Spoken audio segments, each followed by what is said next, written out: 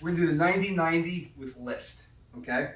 So the 90-90 is a popular stretch. We're doing it with intention to increase mobility. We're not trying to stretch from here, right? So our goal here is to increase the mobility of our hips, right?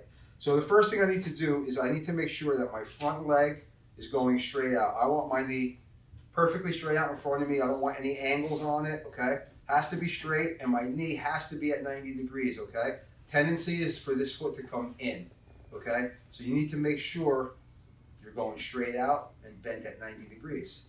My back leg, I want to make sure it's straight out from my shoulder. The way to do that is to put my arm straight out to the side. And I can see it straight forward, okay? I'm not bringing my arm forward or back. I'm going perfectly straight to the side, and I'm right there. And adjusting my foot so it's 90 degrees. The tendency on this one is to always pull in, okay? So I want to make sure I'm at 90 and 90, okay? So now my legs are set. I need to set my upper body. So my supporting hand, externally rotate, and I want my fingers pointing backwards, and I want this hand as close to my body as I can get it to keep my posture as straight as possible. I don't want to be leaning forward. I don't want to be leaning to the sides. I want to keep my body nice and straight. My shoulder blades are retracted and depressed. Okay, so now the goal here is from this position, I want to actively press my front knee into this mat, and at the same time, I'm going to try to raise my back foot. This is the hard part, raising the back foot, okay? But even if you can't do it, I want you to try without compensating, okay? If I lean forward, it's really easy for my back foot to come up, okay? That's not going to help me get the mobility and increase my range of motion in my hip. Increasing the range of motion is the intent to try and lift it even if I can't, okay? So when I'm ready to activate, I'm pressing my knee, and now I'm going to lift.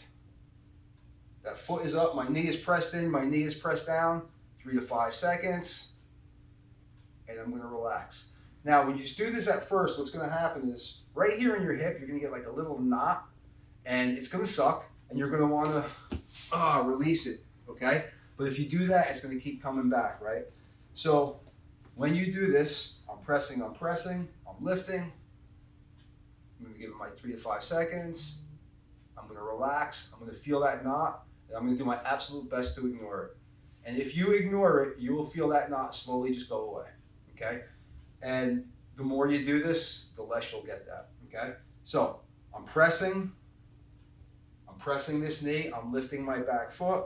I got my supporting hand externally rotated, fingers pointing back as close to my body as possible. My shoulders are retracted and depressed. Body nice and straight. Press, lift,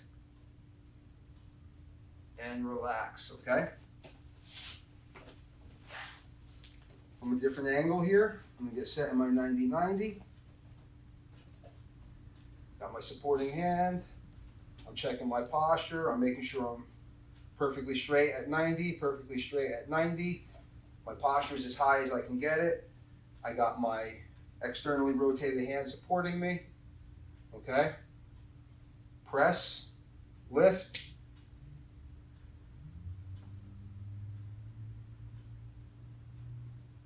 relax. There's another angle. Leg is straight out. Back knee is out. I got my 90. Supporting hand. Externally rotated, fingers are pointing back. Body, my arm is as close to my body as I can get it.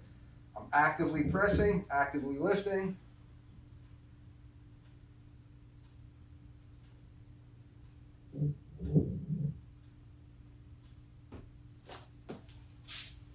So I'm going to do this 3 to 5 repetitions.